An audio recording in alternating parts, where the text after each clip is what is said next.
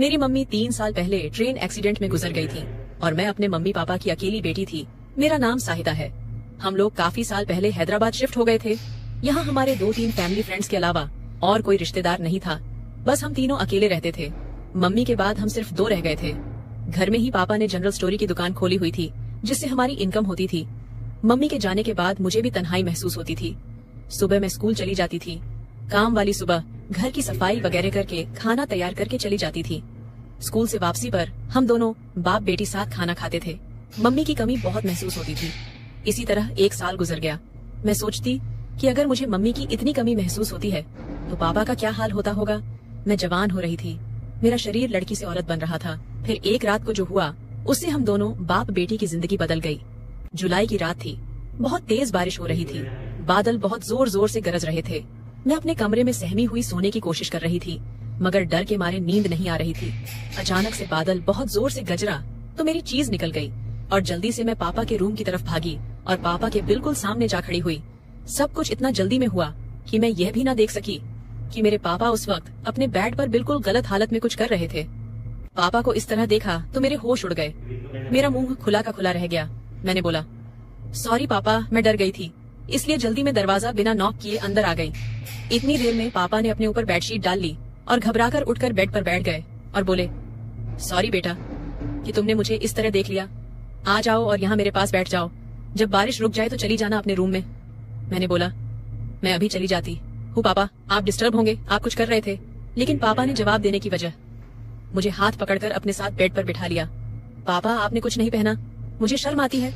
ये कहते हुए मुझे खुद अपने बारे में याद आया कि मैं भी सिर्फ एक पतली टी शर्ट और शॉर्ट्स पहनी हुई थी। जल्दीबाजी में टी शर्ट के अंदर ब्रा भी पहनना भूल गई थी। एक तरफ पापा को मैं उसी हालत में देख चुकी थी और अब वह सिर्फ बेडशीट डाले बैठे थे और दूसरी तरफ मैं भी उनके बराबर बैठी हुई थी। मेरी सांस फूल रही थी। मुझे उस रात पापा के बराबर बैठकर पहली दफा एहसास हुआ कि मैंने इतनी बड़ी होकर भी अभी तक कुछ नहीं किया था। एकदम कुंवारी थी। अचानक बारिश का शोर और ज्यादा हो गया और साथ ही बादल एक बार फिर बहुत जोर से गरजे। मैं डर के मारे एकदम पापा से लिपट गई। इस तरह लिपटने से पापा की बेडशीट हट गई। मैं कोई 10 सेकंड तक यूं ही लिपटी रही। तब मुझे पता चला कि मैं अपने पापा से लिपटी हुई हूँ। मैंने घबराकर पापा से अलग होने की कोशिश की तो पापा ने मेरी कमर से खींचकर मुझे मजबूती से अपने साथ जकड़ लिया और बोले, जानू ऐसे ही बैठी रहो। पापा से लिपटी हुई मेरा सर पापा के सीने पर था। पापा, ये आप क्या रहे हैं? मैंने बोला, आज तुम्हारी मम्मी की बहुत याद आ रही है। पापा ने जवाब दिया, जब मम्मी की याद आती है तो आप ऐसे करते हैं। बेटा, वह तुम्हारी माँ थी लेकिन मेरी बीवी थी और मियाँ बीवी का रिश्ता अलग तरह का होता है। मैं समझ ही नहीं पापा। मैंने बोला, बेटी क्या तुम्हें नहीं पता मियाँ बीवी का क्या रिश्ता होता है? पापा ने पूछा। नहीं पापा। मैंने बोला, अब मैं तुम्हें कैसे बताऊं कि मियाँ बीवी में क्या रिश्ता होता है और इसी रिश्ते की वजह से तुम पैदा हुई और आज तुम यहाँ मेरे साथ बैठी हो। मैंने पूछा, वह कैसे? पापा, मेरी समझ में अब भी नहीं आ रहा था। पापा बोले, शादी के बाद मियाँ अपनी बीवी के साथ कुछ करता है तो फिर 9 महीने बाद बच्चा पैदा होता है। मैं बोली, पापा अभी भी समझ नहीं आया। पापा बोले, अब इससे आगे मैं जो तुम्हें बताऊंगा उसके लिए तुम्हें भी मेरी तरह कपड़े उतारने पड़ेंगे। क्या तुम तैयार हो? मैं पापा की बात सुनकर पूरी तरह शर्मा गई और कुछ न बोल पाई। मैं कुछ समझ कर बोल पाती उससे पहले ही पापा ने मेरी टी शर्ट निकल दी। आज मेरे अपने पापा जो कुछ भी मेरे साथ करने जा रहे थे, ये मेरी जिंदगी का सबसे अनोखा तजुर्बा था।